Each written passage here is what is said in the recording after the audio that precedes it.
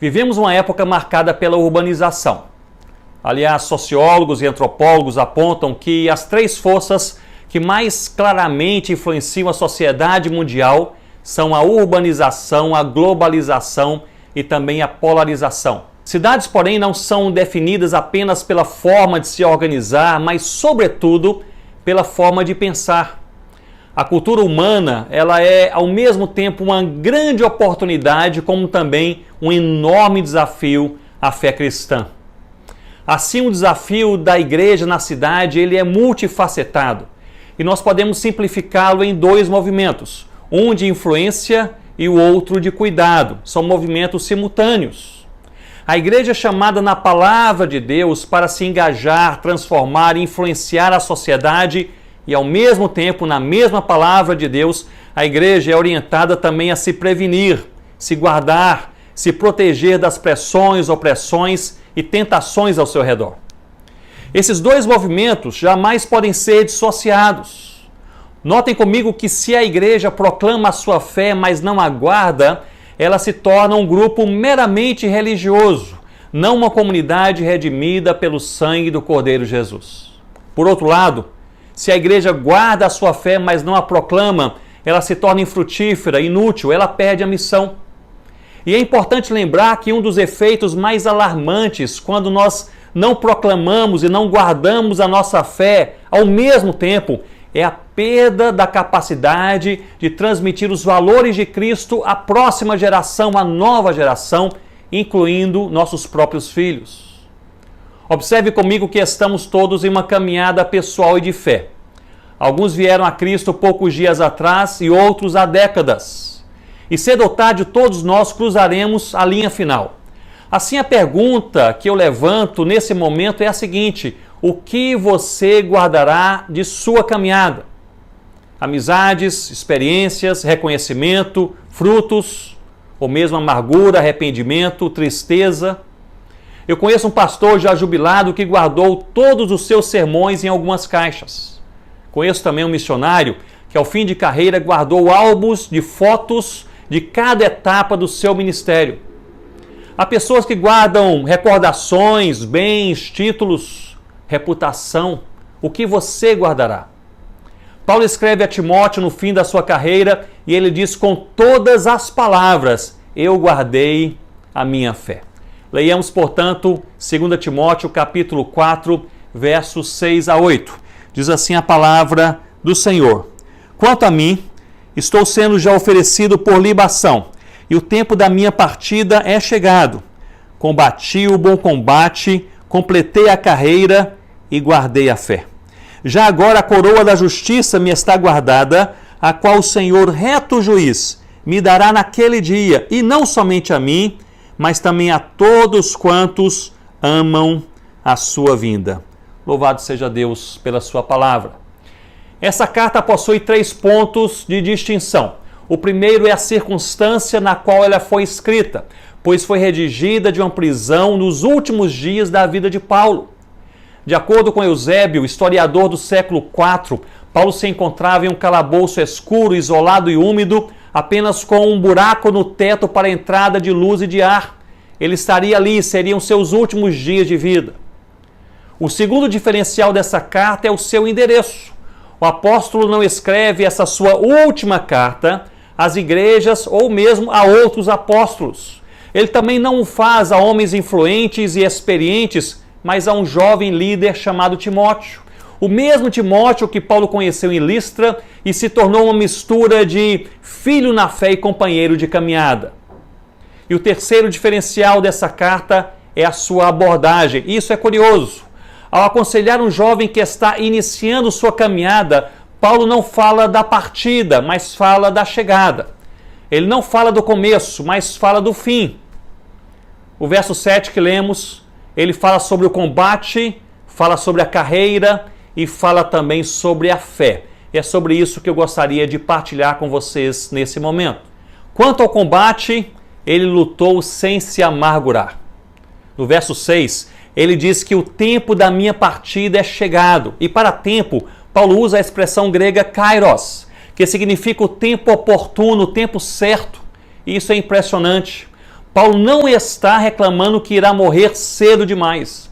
Ele não lança a culpa de sua morte sobre os ombros dos seus perseguidores. E nem mesmo Paulo, ele culpa o império por causa disto. Ao contrário, ele reconhece que a vida é finita, é passageira e que o seu dia havia chegado. Mesmo em um calabouço sendo morto pelos perseguidores, por causa da sua fé no Senhor Jesus, ele reconhece que mesmo essa morte trágica não acontecerá fora do tempo de Deus. Talvez ele tivesse em mente Jó 14:5, que afirma que todos os nossos dias estão contados e determinados pelo Senhor. Combati o bom combate, grita ele.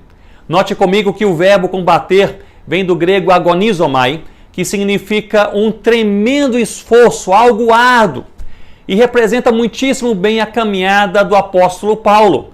Vocês bem se lembram, ele passou por prisões, oposições, açoites, enfermidades, decepções. Foi um bom combate, um longo combate, um combate árduo. Essa era a sua luta.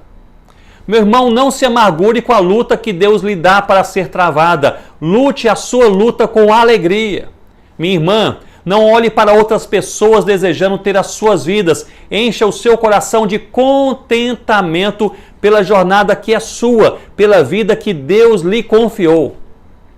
Nesse ponto, lute sem se amargurar. Eu deixo com vocês três breves conselhos. Em primeiro lugar, busque em sua luta os motivos de gratidão. Paulo, no início dessa carta, ele não inicia dizendo eu me entristeço com a minha prisão, mas sim eu me alegro com a sua fé. Busque em sua luta os motivos de gratidão. Em segundo lugar, assuma as suas lutas como sendo suas. Evite os discursos como se essa luta não lhe pertencesse. Paulo, no capítulo 4, ele diz que a sua hora era chegada. Cada um de nós tem a sua própria luta e a porção que nos cabe. Em terceiro lugar, não lute as lutas que não são suas. Você não é chamado para exortar todas as pessoas, evangelizar todos os lugares, fazer todas as coisas. Lute apenas aquilo que Deus o chamou para fazer, aquilo que Ele colocou em suas mãos.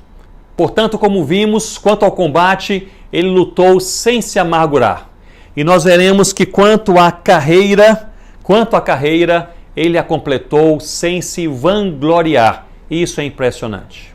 Paulo diz que receberá a coroa da justiça. E no verso 8 ele destaca que não somente ele a receberá, mas todos que amam o Senhor Jesus. Paulo não termina a sua vida dizendo, eu sou maior, eu sou especial. Ele termina a sua vida dizendo, maior é Cristo, especial é Cristo. Ele não termina a sua vida colocando-se em um pedestal, mas exaltando o Senhor Jesus. O que significa coroa de justiça? Bem, coroa era basicamente o que se recebia ao fim de uma competição e significava você venceu. E coroa de justiça, justificada em Cristo, tem o significado você venceu por causa de Cristo. Essa coroa da justiça, portanto, é uma expressão que Paulo usa para resumir 3 fatos que aconteceram em nossas vidas. Em Cristo Jesus, nós morremos em Cristo, ressuscitamos em Cristo e nós vivemos em Cristo. Nós morremos em Cristo. Você e eu tínhamos um preço impagável que nos mantinha presos, uma espécie de trabalho escravo do corpo e da alma. Eu vi uma reportagem sobre trabalho escravo em um documentário tempos atrás. Você é sempre devedor, nunca consegue pagar o preço da sua própria alimentação, da sua própria roupa. Portanto, permanece preso, escravo, sem previsão ou esperança alguma de liberdade. Colossenses capítulo 3, versículo 3, diz que morremos com Cristo e nossa vida está oculta, ou seja, guardada nele. Em Cristo Jesus nós somos livres. Não apenas morremos com Cristo, mas ressuscitamos com Cristo. E não ressuscitamos a mesma pessoa, fomos transformados. Uma transformação real e ao mesmo tempo progressiva. Ela é real, nós somos diferentes, nós somos salvos, fomos transformados, mas é também progressiva. Estamos sendo aperfeiçoados, santificados dia a dia. E por fim, nós vivemos em Cristo. Temos vitória, mas ainda estamos em guerra. Somos salvos, mas ainda somos tentados. A casa do Pai nos aguarda, mas ainda somos peregrinos. É necessário, portanto, meu irmão e minha irmã, perseverar. É o que o Paulo chama de completar a carreira. Vivemos em uma sociedade que nos desafia quanto à perseverança na fé em relação à proclamação do Evangelho. Um dos desafios é a intimidação, o constrangimento quanto à nossa fé, quanto nós a manifestamos publicamente. É o caso do jovem universitário cristão que, para evitar constrangimento, ele escolhe por não falar com tanta clareza sobre a sua fé em sala de aula ou nos intervalos com seus colegas. É o caso do empregado que não se posiciona quanto à sua fé para não ser discriminado no seu lugar de trabalho. É o caso do acadêmico que evita citar a Bíblia para não ser visto pelos demais mestres como simples religioso. Isso é resultado da intimidação social, mas nós devemos lembrar que Paulo, escrevendo aos Efésios, no capítulo 6, ele encerra aquela magnífica carta com um pedido de oração, apenas um. Ele pede que orem por ele, para que Deus lhe dê coragem, audácia para pregar o Evangelho do Senhor Jesus. Nós não podemos, irmãos e irmãs, e nem devemos ceder às intimidações. Precisamos voltar às ruas, às praças, aos ônibus, canais de internet e proclamar em alta voz que sem Cristo o homem está perdido. Portanto, quanto ao combate, ele lutou sem se amargurar. Quanto à carreira, ele a completou sem se vangloriar. Maior é Cristo. E quanto à fé, ele resume em apenas uma palavra o que ele fez com a sua fé. Ele diz, guardei. A expressão usada para guardar, no original grego, terel, é a mesma encontrada na resposta de Jesus quando o jovem rico, em Mateus capítulo 19, perguntava o que fazer para alcançar a vida eterna. E Jesus responde, entre tudo na vida, guarda os mandamentos. E o ensino é claro, guarde a sua fé como quem guarda o tesouro mais precioso. Os ensinos de Paulo, eu creio que há 7 práticas cristãs que fortalecem a nossa fé, que fazem com que ela seja guardada. A primeira é a palavra, ler e meditar na palavra de Deus. A segunda é a adoração, reconhecer e celebrar em culto, privado e público, quem é Deus e o que Ele faz por nós. A terceira, oração, ter uma vida de diálogo com o Pai em nome do Filho Jesus. Também a comunhão, andar com aqueles que amam e seguem o Senhor Jesus. Santidade, buscar de forma intencional uma vida pura que agrada o coração de Deus. Boas obras, chorar com quem chora, abraçar e socorrer o aflito e o necessitado. E por fim, a evangelização, comunicar com palavras e com a vida quem é Jesus e que Ele é o único caminho, a verdade e a vida. Palavra, adoração, oração, comunhão, santidade, boas obras e evangelização. Essas práticas cristãs o ajudarão a guardar a sua fé. Eu destaco, meus irmãos, que a fé possui um efeito também didático em nossas vidas, em 3 áreas. Primeiramente, ela transforma a nossa ansiedade em esperança. Isso porque é uma forte e curiosa ligação entre a fé e o descanso em toda a Escritura. E esse era um dos segredos de Paulo. Em Cristo somos convidados a crer e descansar. Quanto mais cremos, mais descansamos. Quanto mais cremos, mais nosso coração se aquieta, mesmo na tempestade, pois a fé nos faz entender com a mente e sentir com o coração que o eterno Criador está conosco todos os dias. A fé também transforma a nossa visão humanista em cosmovisão cristã. À medida que cremos, passamos a ver as coisas como elas são. A nossa própria cosmovisão é redimida em Cristo Jesus. E a partir daí, nossas vidas não são mais guiadas pelas conjecturas humanas quebradas, o otimismo, o pessimismo, o fatalismo, mas pela verdade da palavra de Deus. E por fim, a fé também transforma o nosso propósito de existência. passamos a ver as coisas com o olhar da palavra de Deus e a viver com o propósito definido de Deus em nossas vidas diárias. Não simplesmente viver para os nossos sonhos, mas para a missão. Passamos a abraçar a missão de sermos sal que verdadeiramente salga e luz que brilha, seguindo a Jesus, servindo a Jesus e pregando o Senhor Jesus. Portanto, meu irmão e minha irmã, guarde a sua fé. Olhe, portanto, comigo novamente para o texto bíblico. E no verso 6, ele diz: quanto a mim, a morte me espera, chegou a minha hora. No verso 7, ele diz: combati sem se amargurar, completei a jornada sem me vangloriar, guardei o que em Cristo jamais eu poderia perder, a minha fé. E no verso 8, ele conclui afirmando que a coroa da justiça, a completa vitória em Cristo Jesus, o aguarda. A morte não é o nosso fim. É, na verdade, um fascinante recomeço. Nós não gostamos da morte, pois não fomos feitos para morrer. Esse sentimento ele é puramente normal. Entretanto, a fé nos enche de esperança, de algo fantástico que confere significado à vida, à morte e à história. Cristo nos aguarda. E essa é uma verdade insuperável. Não há nenhuma doença terminal, crise de desemprego, caos familiar ou qualquer outra situação crítica na vida do cristão que consiga superar essa inquestionável, esperançosa verdade, a coroa da justiça. Vencemos por causa do Cordeiro. Ele nos aguarda. Preguei nesse texto bíblico alguns anos atrás em uma igreja norte-americana e fiquei hospedado em casa de um presbítero muito querido.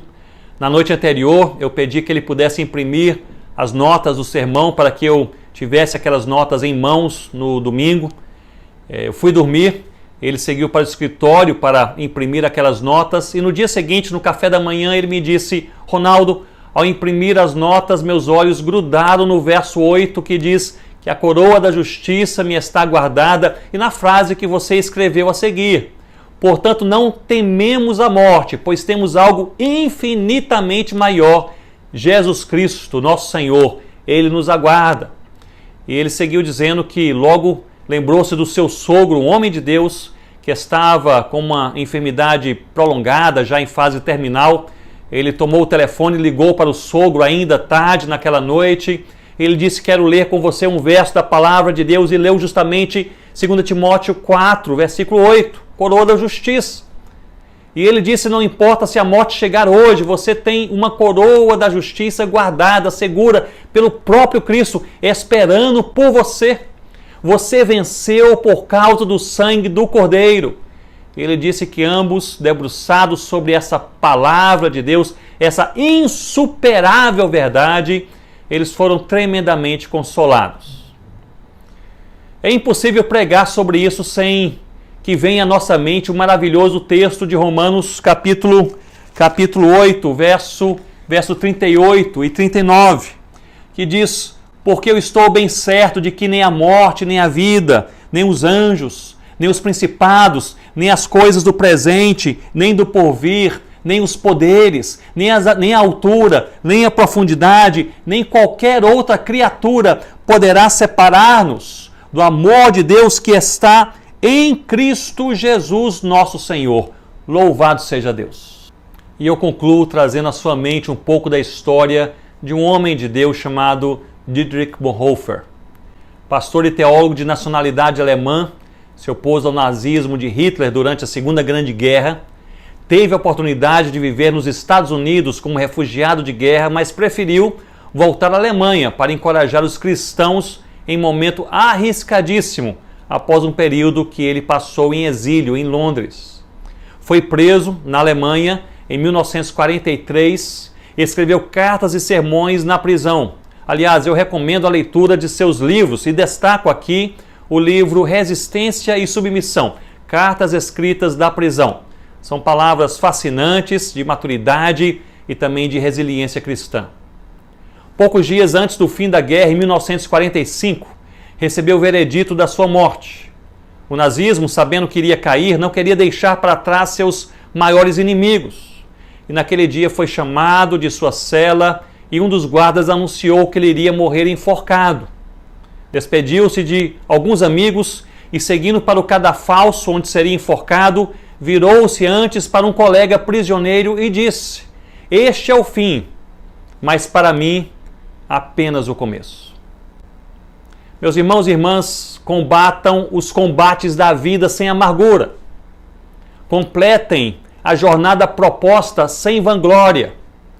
E guardem a fé como quem guarda o tesouro mais precioso, mantendo viva a insuperável esperança. Ele nos aguarda. Que Deus nos abençoe.